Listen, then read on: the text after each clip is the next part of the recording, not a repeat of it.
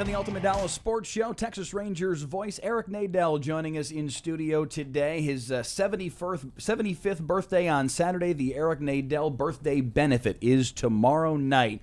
And the Rangers themselves are playing some halfway decent baseball thus far this season. What has been your takeaway from what has been kind of up and down, but has been certainly good enough to be right in the mix with the rest of a very mediocre American League? You know, in keeping with the way baseball usually is, it's all been totally unexpected. Yeah. You know, we're coming out of spring training, the big worry was the bullpen. This is going to be the Achilles heel of this team. They're going to score a bunch of runs this year. We know they have great starting pitching, but, you know, they didn't sign a closer. You know, they don't have a proven eighth inning guy. And here we are, a quarter of the way into the season. The bullpen is the best in the major leagues, and they haven't been able to score runs. They're last in the American League in scoring runs. So once again, you know, baseball remains the most unpredictable game in the world. And fortunately, you know, despite a record 2 games under 500, they're right in the thick of things. They're just 2.5 games out in the division race. They're only a half a game out in the wild card race. And, you know, it could go either way. You know, if the offense picks up, I think that, you know, they'll be just fine. And it's hard to imagine the bullpen will be this good the whole year. There'll be some returning to the norm, you would think, but that doesn't mean they still can't be the best bullpen in the league. Right now, they're a half a run better than anybody else, which is ludicrous. But it's a big reason that they are within 2 games of 500. They've had a very hard schedule so far. In fact, statistically, mathematically, the hardest schedule. And from now on, they have the easiest schedule in the major leagues. So, you know, we're really optimistic that this is going to be a nice long run. Yeah, there's certainly reason to believe that that can be the case. This offense compared to last year's offense, what do you see? The big thing that we see is that Brandon Nimmo at the top of the lineup has given the Rangers, you know, a legitimate on-base guy, whether he's batting first as he did every game until last night or dropped down to second. This is a guy who's going to get on base a lot, and the Rangers didn't really have that last year as Marcus Semien declined and had to be taken out of the leadoff spot. And then Rangers never really found a leadoff hitter who had any kind of respectable on-base percentage. So I think that's the big change. What's been surprising is that the bounce-back candidates, if you will, haven't really bounced back that well. Talking about Jake Berger and Evan Carter and Jock Peterson. Now, Peterson has come on in the last couple of weeks. The bounce-back candidate who has bounced back is Josh Young.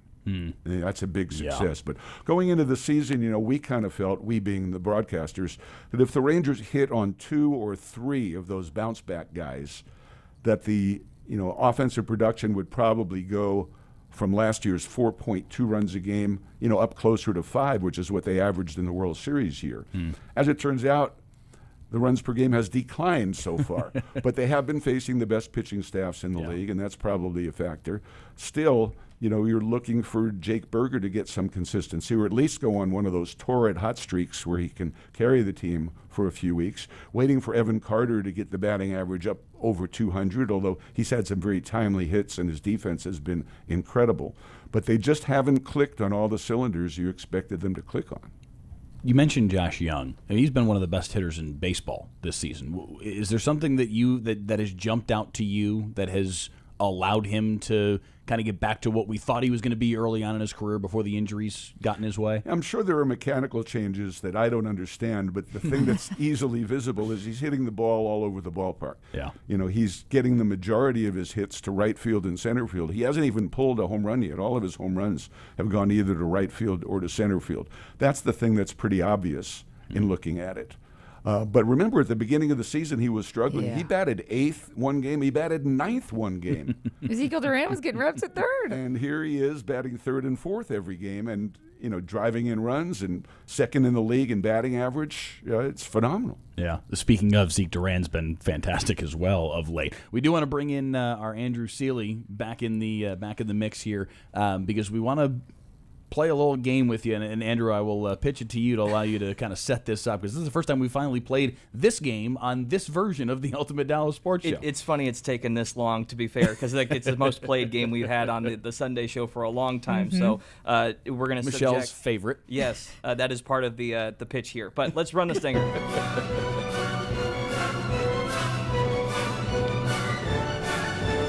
You just love the music. The music is everything. That's all I'm saying. It's been far too long. Time for everyone except Michelle's favorite game, No Fence Riding, which I've had memorized for about 3 years now.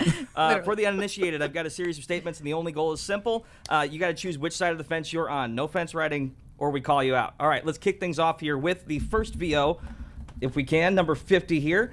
The pitch clock has saved baseball's pace of play. It was one of the most talked about items a few years back. We'll start it off with Mr. Nadel here. What do you think about the pitch clock so far? Strongly agree. If the pitch clock hadn't been put in, I don't think I'd still be working. The games were taking too long. They were too slow. They weren't fun to watch anymore. I would say the pitch clock, maybe it hasn't saved baseball's pace of play, but it saved my career. Incredible. That's outstanding, and I completely agree, because I do feel like it is complete. It saved my interest in the game. I loved baseball when I was 12, 13, 14 years old, a little kid growing up in upstate New York, but I was a Braves fan because my mom was from Atlanta. I'd watch games on TBS every night, and I would watch them from stem to stern. And eventually I fell out of love with the game because at least part of it was it just took forever. And they have reeled me back in the last 5 or 6 years with the changes. Game again. Yes. As someone who hates the fence and likes to ride right along it, I would say I actually strongly agree with this. Yeah, I think the pitch clock has done its part in bringing, like you said, a lot of people back to the game. Can I, before we move on, I'll present the opposite opinion as someone that has gone just as a fan recently to a baseball game. I do think the fan experience is too fast. We went to go visit Fenway Park and basically had maybe 2 hours to watch the game because the game blew by, and then they all ushered us out of the park, so we didn't get the full total atmosphere of what we purchased for that experience. But the television broadcast is far better. I do agree on that side of things. That's interesting because, but I feel like that only really matters if you're going to a park like that where you really want to experience. Like, again, you don't if think there's a lot to see at Fenway, Globe Life? I'm sorry. I'm not saying that there's not a lot to see at Globe Life, but I'm No saying fence riding. Fenway, Wrigley, Dodgers Stadium, to Yankee Stadium, obviously some of the pillars, and I know that the new Yankee Stadium is not quite the same as the old Yankee Stadium, but still, those places, I get what you're saying, that, okay, you want to be able to experience the park more, but in general, in mass, I think it's a lot better what they've done. Oh, 100%. I agree. Let's move on here. Number 2, the ABS system, has been better than advertised. Nadel, we'll start with you again. I'll strongly agree with that one as well. I love the drama of it. I love the actual execution of it, the way they show you the strike zone on the video screen and on your TV screen, and how close the baseball was to being a strike if it wasn't a strike. It's really made me appreciate the umpires even more because their misses are so infinitesimally small. You know, a guy misses a call by an inch on a pitch going 100 miles an hour that's changing direction. They are really, really good. And I love the strategy involved and when you're going to use the challenge system. I think it's been a huge success. I don't know that I would agree with saying it's been better than advertised for two main reasons. One, if I was an umpire who was being put on blast in front of 30,000 people for getting my job wrong by this much, I think I would need a new job. Two, for a ball to miss by literally this much and the batter be given a ball call for that and the pitcher have to stop, face a 1-0 count instead of an 0-1 count. We know statistically, or worse yet, a walk right. instead of a strikeout. Or I was gonna say, we know statistically what happens to the percentage or probability of a player getting a hit based on a 1-0 or an 0-1, and same thing goes as the count grows. I think for pitchers to have to be that precise and that perfect is a little bit of a makes me give. I take a little bit of pause with that just because it's like, okay, it's already hard enough.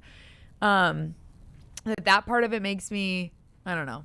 This sounds a lot like waffling. I'm not sure which side are we on here. Every sport, though, has pushed in the direction of more offense to try and bring in viewers. And even if this does make a small impact in that direction, that it makes it harder to stop teams from scoring, that's probably a net positive for the game. I do love your point, though, about the intensity, the drama of the moment. And obviously, the system is very similar to the tennis Hawkeye system. I feel like the one change that we all need to make is do the tennis thing. And as we're waiting, start the And just go like really lean into that piece of it. I think that could be fun. So my only take on this is I think it's changed it being a negative for the umpire missing a call to a positive that the pitcher can hit the zone. And I think it changes how we look at the game in a positive light, and that's another positive for baseball overall. Coming on, number 3 here. The zombie runner is an abomination. This is, I think, a collective opinion shared amongst everybody, but again, curious where Nadel stands on this. I love the zombie run. Oh, my goodness. Wow. See, this is where I think you're going to get into. This is the broadcaster that wants the game to end already. It's not that I want the game to end, but I want instant drama in extra Yes, innings. I don't yeah. want to sit around for 5 innings waiting for that home run that's going to eventually end the game. Yeah. I love the fact that there's an immediate scoring chance for both teams. They have to decide whether to bunt the runner over or not, what sort of strategy they're going to use. It saves pitching staffs. That was one of the big reasons it was put Yes. in, so that you wouldn't have to use your whole bullpen in a 16-inning game. Obviously, I like the fact that the games end more quickly, but mostly I love the fact that the games don't drag on. Yes. Every extra inning is exciting because every extra inning starts with a runner at second base. See, to me, this is the best part about it, is exactly what you're like. It's just like the shootout in hockey. I get that people don't necessarily love the shootout, and it's not really hockey. Fine. Fine. It's the regular season. We need these games to end. These guys' bodies are being run into the ground for 180 days. We don't need to artificially extend these games to, we had games going 18, 19 innings. That's ridiculous, and it's not necessary in the middle of July. It is necessary in October. Obviously, the rules, just like in hockey, have to be different in the playoffs. But in the regular season, this feels like a way to make sure that you're not burning out not just the pitching staffs, but the entirety of these rosters. Explain why you think it's an abomination, because clearly you do. What, me? Yeah. I think what Nadel is complaining about is more the state of Show baseball. your work, Andrew. Sure, as usual. I think the complaint is more levied at baseball itself as opposed to the zombie runner itself. Like, waiting around for a home run says that's how people are playing the game, not trying to get base hits. And I would rather change the game, and doing it artificially through a zombie runner doesn't do anything for me. I guess that's part of it. And we're two statements ago I was sitting there saying games are moving too fast. So I'm already on the wrong side on that fence. So that's kind of the push and pull of this discussion in a nutshell. Okay, I should point out, too, my partner, Matt Hicks, is diametrically opposed to me on this one. Okay. And we debate this one at least a couple of times a year. He thinks that the zombie runner just totally distorts all of baseball statistics, because you have a runner who's didn't earn his way on base, a run that scores that technically gets called an unearned run, a pitcher who gets charged with a loss because a runner scored that he wasn't really responsible for. It doesn't even go on his record as an earned run, but yet he gets charged with a loss, various things like that. And so what's the solution? The solution is the way they do it in Japan. If nobody wins in 12 innings, it's a tie. What's wrong with putting ties into baseball in order to prevent the games from going too long? It's fun to consider that, because hockey has done everything it can to avoid ties and that discrepancy, and now baseball's like, yeah, why not? Let's see if ties work. Paging Bud Selig somewhere. In Japan, the reason they started it in Japan, I don't know if nobody had thought of the zombie runner or not, but they had to end the game sooner because the subway stopped running at 11 o'clock or something like that. And if the games ran beyond that, they were going to be stuck with a stadium full of people till the morning. When did the subway stop running at Globe Life Field? The what? I don't think they ever started. All right, one last thing before we move on here. Banning the shift did nothing. Batting averages are still down across the league. Might as well bring them back and let batters remember how to hit into the gaps. Nadel, where do you sit? I like the shift, too. I like seeing the players play in the positions that they're supposed to play.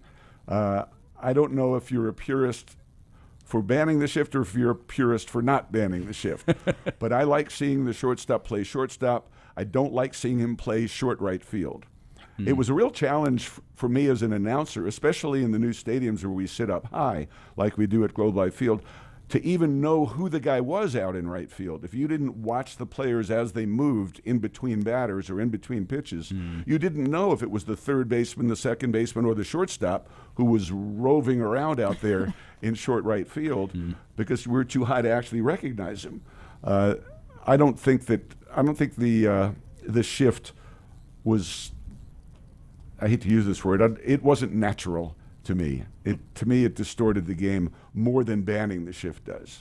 I feel like if there's a purist in the room, it's got to be you. So if that's baseball purity at its finest, then Well, I'll tell you, I'm not totally a purist, though. There's a rule I'd like to see put in, and I was the one many, many years ago who started advocating for limiting the number of pickoff throws.